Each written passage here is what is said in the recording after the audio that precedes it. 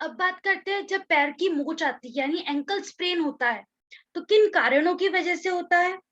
फिर इसमें क्या लक्षण देखने को मिलते हैं? एंकल स्प्रेन का कैसे पता किया जा सकता है? और सबसे ज्यादा रिस्क किसमें है?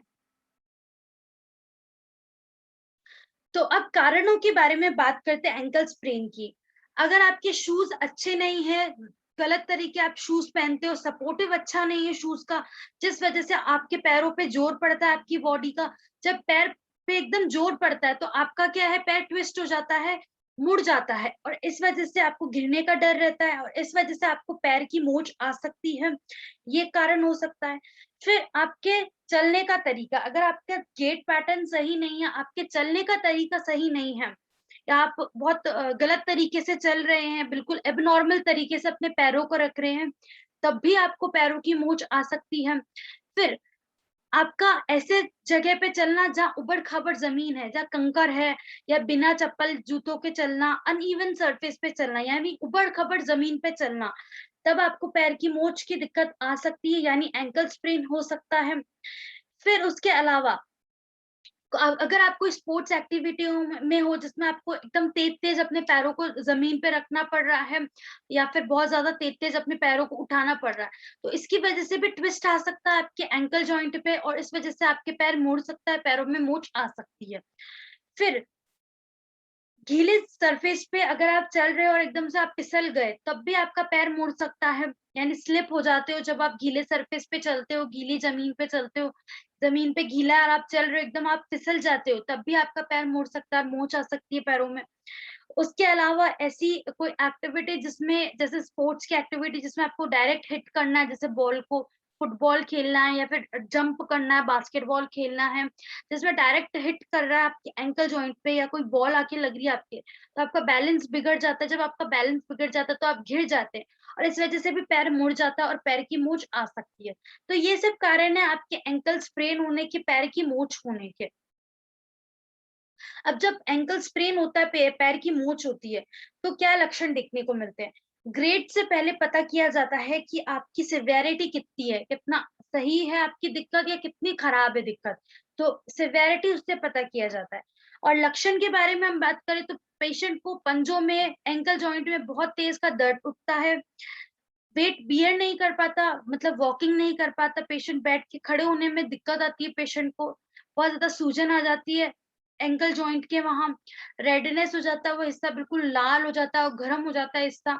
इंस्टेबिलिटी इन एंकल देखने को मिलती है, यानी एंकल इंस्टेबिलिटी देखने को मिलती है। एंकल बहुत ज़्यादा अनस्टेबल हो जाता है, स्टेबिलिटी नहीं रहती, मतलब जब हम बैठ के भी खड़े होते हैं, तो डगमगाने लगते हैं पैर, और पेशेंट को गिरने का डर रहता है। इसके साथ-साथ एंकल का जो मूवमेंट है, रेंज ऑफ मोशन है, वो रुक जाता है, वो अच्छे से नहीं हो पाता, मूवमेंट करने में पेशेंट को दिक्कत आती है। टेंडरनेस और टाइटनेस सी नज़र आती है एंकल को, जब एंकल के जॉइंट पे जस्ट ज़रा-सा भी टच करते हैं हम अंगूठे से या उँगली से, तो बहुत तेज़ का दर्द उठता है और टाइटनेस नज़र आती है, बहुत ज़्यादा टाइट हो जाता है एंकल जॉइंट। फिर उसके साथ कट-कट की आवाज़ आती है, जहाँ पर आपको दर्द है उस हिस्से में पॉपिंग सी अजीब-सी आवाज़ें आती हैं, कट-कट की। उसके साथ-साथ जब आप वेट बियर करते हैं, तो आपका जब इंस्टेबिलिटी है एंकल जॉइंट में, जिस वज़ह से आपके घुटनों में, आपके हिप में, आपके कूल्हों में भी दिक्कत आनी शुरू हो जाती है।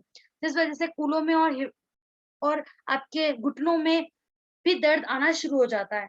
उसके साथ-साथ आपका जॉइंट का जो मूवमेंट है वो रुक जाता है और मूवमेंट अच्छे से नहीं हो पाता, और पेशेंट को बहुत ज़्यादा तकलीफ होती है। पेशेंट को थोड़ा-सा भी एक कदम उठाता बहुत तेज़ का दर्द उठता है, टीसें चलती है घुट पैरों में, उसके साथ-साथ घुटनों में भी दिक्कत आनी शुरू हो जाती है। यानी instability in the ankle joint देखने को मिलता है। अब एंकल स्प्रेन का पता कैसे किया जाता है? फिर मेडिकल हिस्ट्री, फिजिकल एग्जामिनेशन से पता किया जाता है। आपके डॉक्टर आपका एरिया देखते हैं, आपको चोट किस जगह पे सबसे ज़्यादा लगी है। फिर टच करके देखते हैं आपकी टाइटनेस को, टेंडरनेस को, आपको दर्द कहाँ है, किस हिस्से में सबसे ज़्यादा वो देखते हैं। आपका पैर कहाँ किस तरफ मुड़ गया है और किस तरफ सीधा नहीं हो पा रहा, वो चेक करते हैं। आपके एंकल का रेंज ऑफ मोशन चेक करते हैं कि मूवमेंट प्रॉपर कितना है, कितना डिग्री है आपका मूवमेंट। उसके बाद आपके घुटने और कूल्हों को भी चेक करते हैं, कहीं यहाँ तो दिक्कत नहीं आई। उसके अलावा आपके फुट का केयरफुल एग्जामिनेशन होता है, पाल्पेट करके देखते हैं हाथों से, कि प्रेस करके देखते हैं कहाँ सबसे ज़्यादा दर्द है, कहाँ सबसे ज़्यादा चोट लगी है, और फिर रेंज ऑफ मोशन चेक करते हैं।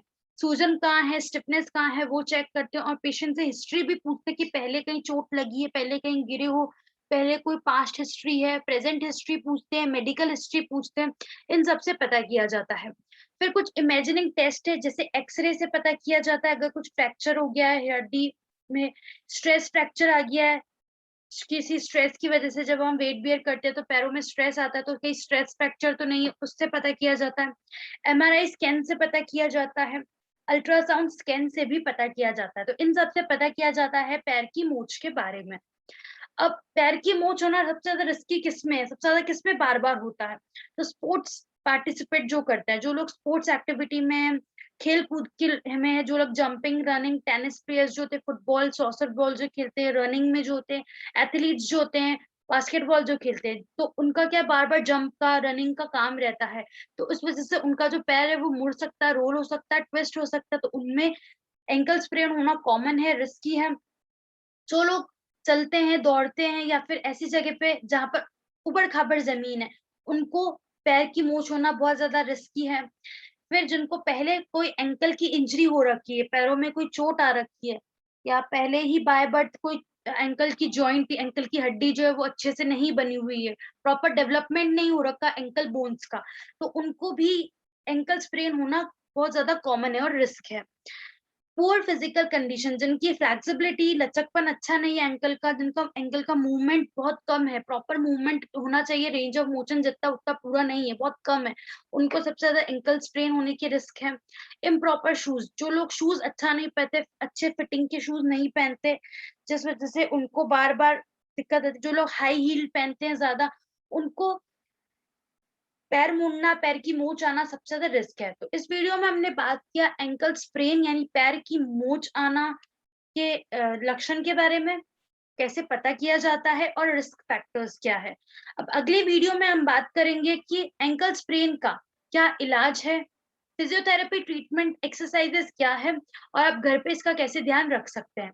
इससे पहले वीडियो में हमने बात करी एंकल स्प्रेन क्या होता है, एंकल स्प्रेन के ग्रेड्स क्या है, जिससे हम पता कर सकते हैं सिवियरिटी कितनी है या कितनी सिवियर दिक्कत नहीं है। तो इन सब के बारे में हमने इस वीडियो में बात करी।